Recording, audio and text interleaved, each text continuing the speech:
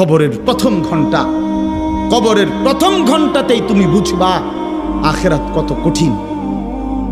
রাসূলুল্লাহ সাল্লাল্লাহু আলাইহি ওয়াসাল্লাম বলেন, কবরে যেই নাফরমান প্রশ্নের জবাব দিতে পারবে না, তিনটি প্রশ্নের, আল্লাহ তাআলা বলবেন কাযাবা আবদি, ফেরেশতা আমার এই নাফরমান বান্দা মিথ্যা বলেছে।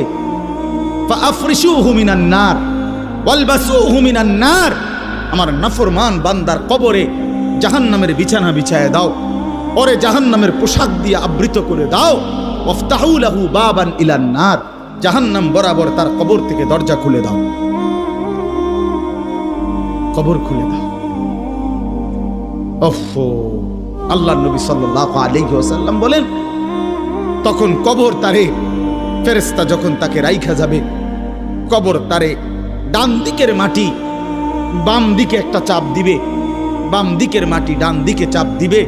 আল্লাহর কসম, নবী বলছে হাত্তা তাখতালিফা আদলাউহু, ডান পাশের হাড্ডি এবং এই পাজরের হাড্ডিগুলো করখর করে ভাঙ্গা বাম দিকে চলে যাবে, বাম দিকের গুলো ডান দিকে চলে যাবে।